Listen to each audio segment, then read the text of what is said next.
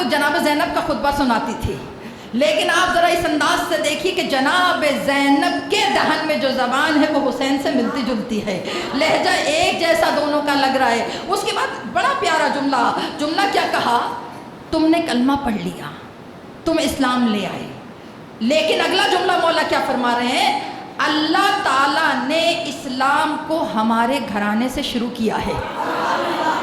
کیا انداز ہے کسی کو اوقات دکھانے کا، کیا انداز ہے کسی کو اس کے پیرائے پر رکھنے کا کہ اللہ تعالیٰ نے اسلام کو ہمارے گھر سے شروع کیا ہے، ہمارے خاندان پر رحمتیں نازل ہوتی ہیں اور آخر تک ہمارا گھرانہ اسلام کے ہمراہ رہے گا۔ اب یہ دیکھیں کتنے انداز سے امام حسین نے اپنا مقصد، اپنی فیملی کا مقصد ایک جملے میں بیان کر دیا کہ ہمارا گھرانہ وہ ہے کہ جہاں پہ اسلام کا آغاز ہوا ہے، تم لوگ وہ ہو جو پلٹ پلٹ کر کلمہ پڑھ کر اسلام میں داخل ہوئے ہو، جن کے گھر اسلام اترے، کہا وہی ہمارے گھر آتی جاتی ہے۔ یہ سارے جملے لے کر مولا نے اگلا جملہ کیا کہا، اگر کسی کی کیونکہ سوشل میڈیا پہ بات جا رہی ہے، اگر کسی کی تباہ پر ناگوار گزرے تو وہ اپنی مرضی سے ناموں کے ساتھ جو پروٹوکول لگا سکتا ہے وہ لگائے۔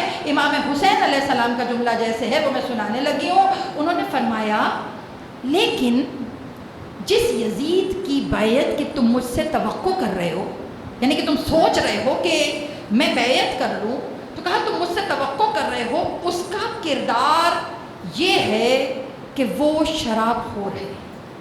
اب میں یہی تو کہہ رہی ہوں کہ اگر کسی کی طب نازک پہ گراں گزرے تو میں معذرت خواہ ہوں، لیکن تاریخ نہیں بدل سکتی میں، اور میں اسی لیے کتاب ہاتھ میں پکڑ کے پڑھ رہی ہوں کہ کل کو کوئی یہ نہ کہے کہ آپ نے کیا بات کی۔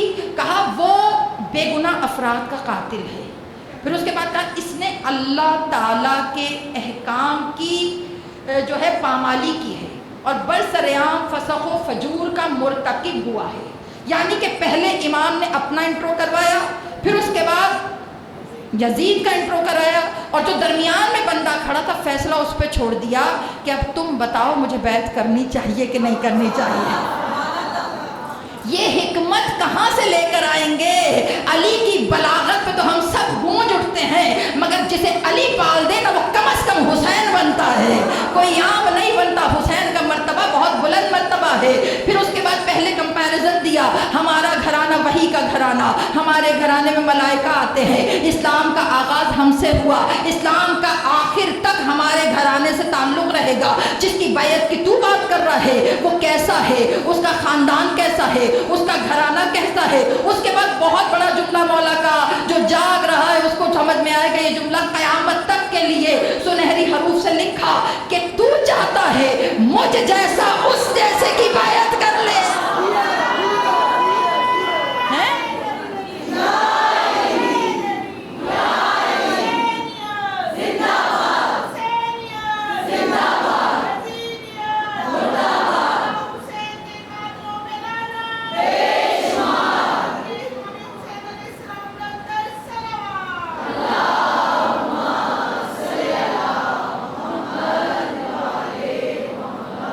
چل فرا جو مزہ آیا آپ کو امام حسین کے خطبے کا، کہا تو چاہتا ہے مجھ جیسا اس جیسے کی بیعت کر لے۔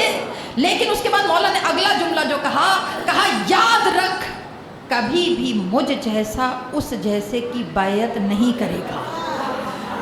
میں کو ہاتھ جوڑ کر مولا حسین آپ کو تو کہنا چاہیے تھا نا میں حسین بھلا یزید کی بیعت کر لوں، مگر مولا نے یہ نہیں کہا کہ میں حسین یزید کی بیعت کروں۔ مولا نے جملہ کا مجھ جیسا کہ کبھی بھی کہیں پر بھی جس میں تمہیں میری صفتیں نظر آئیں وہ مجھ جیسا ہے، اور جس میں یزید کی صفتیں نظر آئیں وہ یزید جیسا ہے۔ آج چاہے کچھ بھی ہو جائے، بھائی شکلیں بدل بدل کر یزید آ رہا ہے نا، اور ہمارے مسلمان اس کو مان بھی رہے ہیں، ہے نا، مسلمان مان بھی رہے ہیں کہ یہ صحیح ہے۔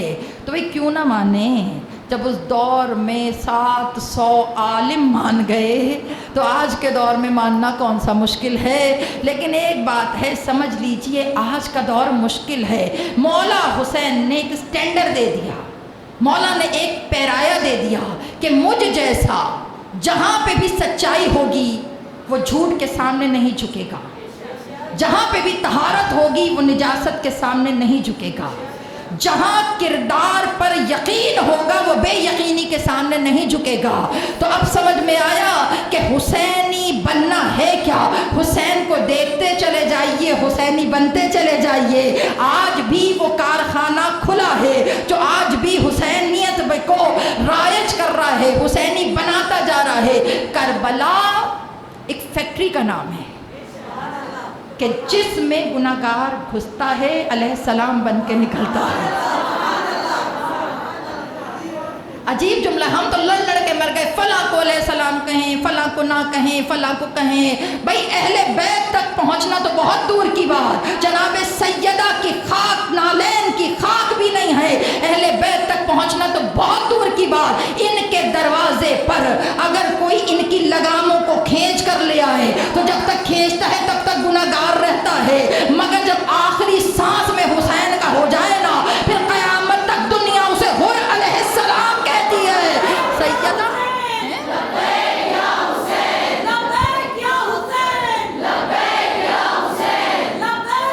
سلامت رہیے، بلند آواز۔ جی جی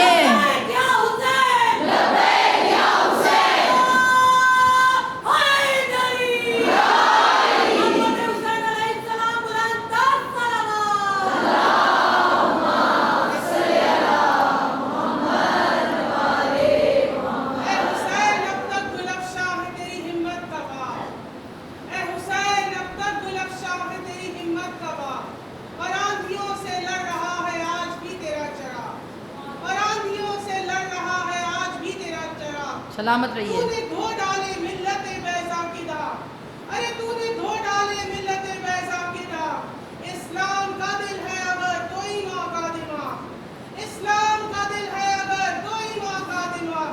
فخر کا دریچہ دل میں باز رکھنا چاہیے، ارے جس کا تجھ سا مولا ہو اس کو ناز کرنا بے شک۔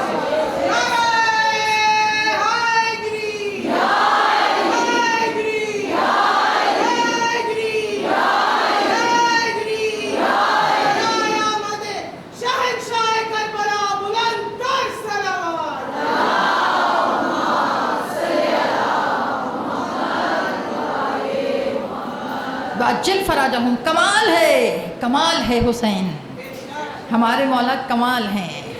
ان کی ہستیوں تک تو بہت دور تک پہنچیں گے، پہلے ان کے غلاموں سے تو نبڑ لیں کہ جن کے کربلا آتے ہی علیہ السلام کا لیبل لگ جاتا ہے نا۔ جب تک اور ان کے ساتھ تھے رضی اللہ بھی نہیں تھے، مگر جب آ گئے امام حسین کے ساتھ تو علیہ السلام ہو گئے۔ رضا اور سلامتی سب اہل در کی، اہل بیت کے در کی خیرات ہے۔ ہماری لاکھ جانیں قربان ہیں اصحاب رسول پر، ہماری لاکھ جانیں قربان ہیں اصحاب امام حسین علیہ السلام پر۔ جن کو معرفت ہے ان سے اللہ راضی ہے، جو حسین کے ساتھ جڑ گئے ان سے اللہ راضی ہے، جو رسول کے ساتھ جڑ گئے ان سے اللہ راضی ہے۔ مسئلہ تو مولا حسین نے کلیئر کر دیا کہ جس میں یہ چیزیں ہوں جو یزید میں ہیں وہ تمہارا نہیں ہے۔ بھائی مولا حسین ایسے تھوڑی ہیں۔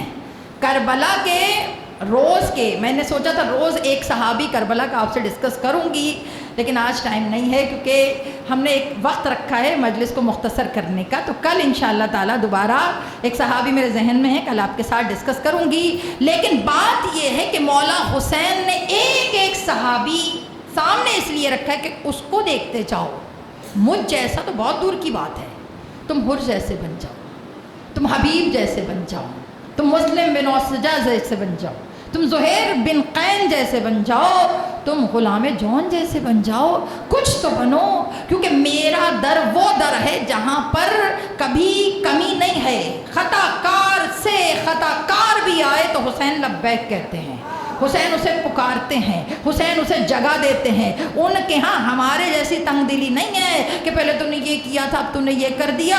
حسین ہمیشہ کھلی باہوں سے، خطا کار آئے تو ہاتھ پھیلا کے کہتے اکبر جاؤ چچا آئے ہیں۔ زینب سلام کہہ کر کہتی ہیں بھائی تمہیں میرا سلام، کہ گناہگار امامہ اتار کے پھینک دیتا ہے کہ مجھ جیسے کو زینب سلام کہیں، کہ یہ تمہیں بتانے کے لیے گھبرانا نہیں. جتنے گناہ ہوں تب بھی در اہل بیت پہ آ کر معافی مانگ لو, تب بھی در اہل بیت پر آ کر تم شکایت کرو کو مولا معاف کر دے, تو مولا معافی عطا کرتے ہیں. کیونکہ حسین, مولا حسین کا کام, خطبہ ایک ایک کمال ہے مولا کا, ایک ایک جملہ کمال ہے. مدینہ, پھر مکہ, پھر مکہ کے راستے, پھر کربلا, ہر جگہ مولا حسین ایک ایک چیز نصب کرتے گئے کہ کھودتے جاؤ مجھے پہچانتے جاؤ. مسئلہ ہمارا یہ ہے کہ ہم نے کبھی پڑھنے کی کوشش نہیں کی ہے, ہم نے کبھی امام حسین کے خطبوں کو دیکھنے کی کوشش نہیں کی ہے. مولا کا ایک جملہ سناؤ, جب مکہ چھوڑے تھے تو لوگوں نے کہا تھا آپ مدینہ بھی چھوڑ کر آ گئے, مکہ بھی چھوڑے ہیں, تو مولا حسین کا جملہ کیا تھا؟ کہ نہ. مولا حسین فرماتے ہیں, مولا کا جملہ ہے, خطبہ انشاءاللہ اگر اگلی مجلس میں آیا تو میں سناؤں گی. مولا نے خطبہ کیا دیا؟ مولا نے کہا کہ مجھ حسین کو پسند ہے کہ میں مکہ کی حدود سے 5 بالش پر شہید ہو جاؤں, اس سے بہتر ہے کہ میں حرم الہیہ کے اندر شہید ہوں. دیکھیں ایک عام سوچ ہے نا, عام بندہ ہوتا ہے وہ کہتا ہے میں اچھی جگہ مروں تاکہ اچھی جگہ دفن ہوں, ٹھیک ہے.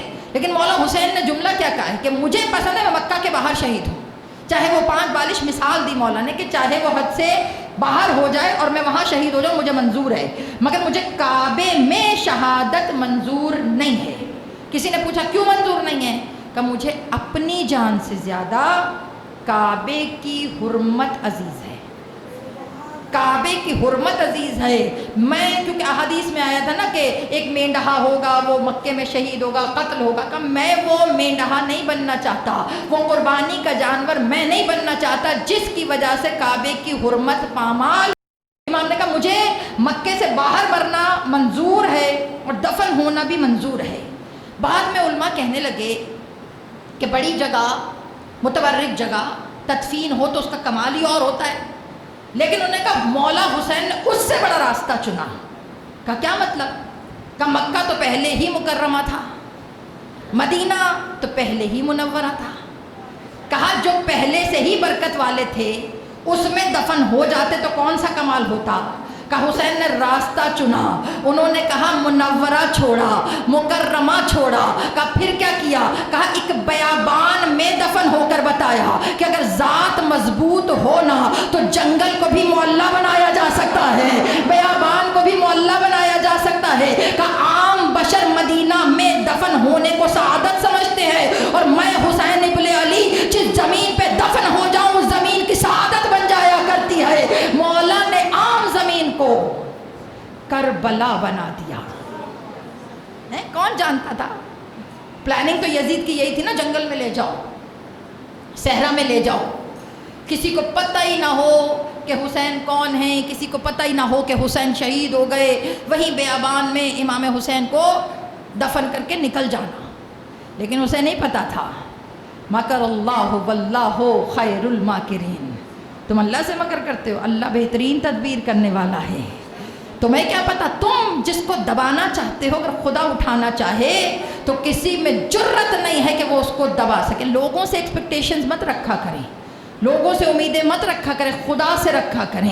اللہ جس کو عزت دینا چاہتا ہے اسے کوئی ذلیل نہیں کر سکتا, اللہ جس کو ذلیل کرنا چاہے اسے کوئی عزت نہیں دے سکتا. لوگوں سے مت ایکسپیکٹ کریں کہ وہ مجھے عزت دے, وہ مجھے پوچھے. کوئی نہیں پوچھتا تو نہ پوچھے, پرواہ چھوڑ دے, خدا سے لو لگائیں. اللہ اگر تکریم دے دے نا تو بیابان میں بھی پھول کھل جاتے ہیں. مولا حسین نے جملہ کیا کہا؟ آج 2 ہے, آج حسین کربلا پہنچے ہیں, کربلا آباد کی ہے. آج مولا نے کربلا کو رونق بخشی ہے. مدینہ میں دفن ہو جاتے تو کون سی کرامت تھی, کون سی ہیں. لیکن اس سے پہلے تو کربلا کو کوئی جانتا بھی نہیں تھا. 60 ہجری 61 ہجری سے پہلے آپ نے کبھی کربلا کا نام سنا ہوگا؟ پہلے کسی کو پتہ بھی نہیں تھا. اتنی فیمس جگہ نہیں تھی کربلا, ایک بیابان صحرا, دور کہیں دریا بہہ رہا ہے, تو اس طرح کی وہ جگہ تھی. اتنی انون جگہ تھی کہ لوگوں سے امام حسین کو پوچھنا پڑا تھا اس کا نام کیا ہے. دیکھیں اگر کوئی لاہور میں آتا ہے تو فیمس ہوتا ہے, پتہ ہوتا ہے یہ لاہور ہے, مگر کربلا کا بیابان اتنا بیابان تھا کہ لوگوں کو پتہ ہی نہیں تھا.